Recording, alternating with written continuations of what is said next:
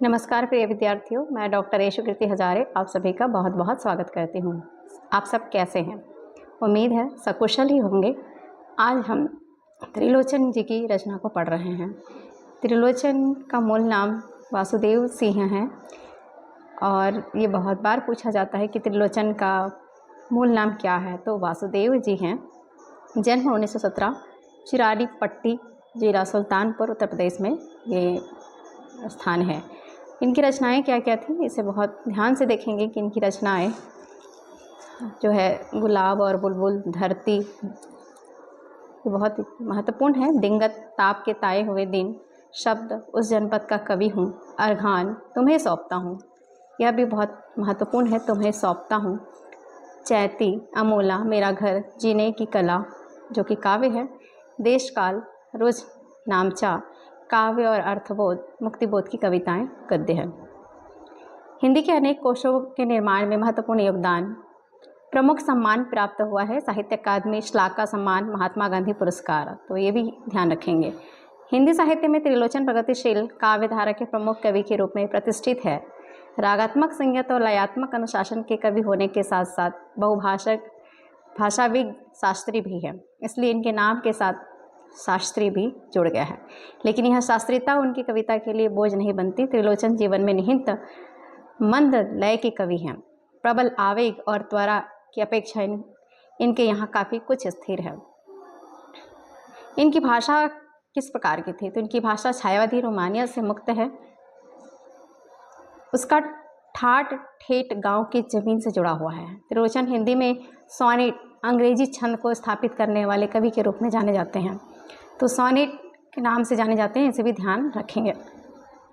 त्रिलोचन का कवि बोलचाल की भाषा को कुटिलता और नाटकीय बनाकर कविताओं का नया आयाम देते हैं। कविता की प्रस्तुति का अंदाज एक कुछ ऐसा है कि वस्तु के रूप में प्रस्तुति का भेद नहीं रहता। उनका कवि इन दोनों के बीच फाँक की गुंजाइश नहीं छोड़ता। चंपा काले काले अक्षर नहीं चिन्हती, यह आपके पाठ्यक्रम में है, MA सेकेंड सेमेस्टर में, और हम पढ़ रहे हैं चंपा काले काले अक्षर नहीं चिन्हती। यह कविता जो है धरती संग्रह में संग्रहित है। यहाँ से भी एक प्रश्न बनता है कि यह कविता कहाँ से कहाँ संग्रहित है, तो धरती संग्रह में संकलित है।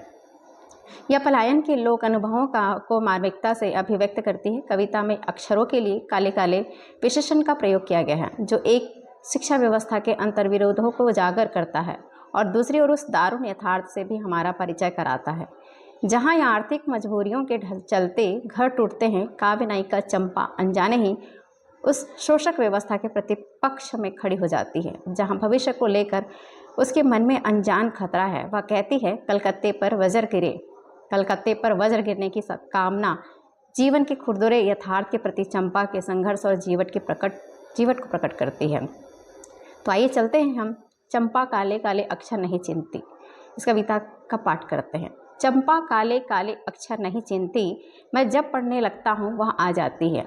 खड़ी खड़ी चुपचाप सुना करती है, उसे बड़ा अचरज होता है इन काले चिन्हों से कैसे ये सब स्वर निकला करते हैं। चंपा सुंदर की लड़की है।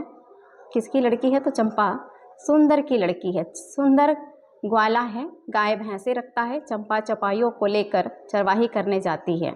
चंपा अच्छी है, चंचल है, नटखट भी है। कभी कभी उधम करती है, कभी कभी वह कलम चुरा देती है। जैसे तैसे उसे ढूंढकर जब लाता हूँ, पाता हूँ अब कागज़ गायब, परेशान फिर हो जाता हूँ। चंपा कहती है, तुम कागज़ ही गोदा करते हो दिन भर, क्या यह काम बहुत अच्छा है? यह सुनकर मैं हंस देता हूँ। फिर चंपा चुपचाप हो जाती है।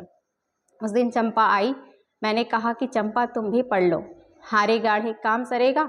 गांधी बाबा की इच्छा है सब जन पढ़ना लिखना सीखे। तो यहाँ पे गांधी बाबा के बारे में भी बात कही गई है। चंपा ने यह कहा कि मैं तो नहीं पढ़ूंगी, तुम तो कहते थे गांधी बाबा अच्छे हैं, वे पढ़ने लिखने को कैसे बात कहेंगे, मैं तो नहीं पढ़ूंगी। मैंने कहा कि चंपा पढ़ लेना अच्छा है, ब्याह तुम्हारा होगा, तुम गाने जाओगी, कुछ दिन बालम संग साथ रह चला जाएगा जब कलकत्ता। किस बात की बात कही गई है, किस स्थान की बात कही गई? तो कलकत्ते की बात कही गई है, ध्यान रखेंगे। बड़ी दूर है वह कलकत्ता, कैसे उसे संदेशा दोगी, कैसे उसके पत्र पढ़ोगी? चंपा पढ़ लेना अच्छा है।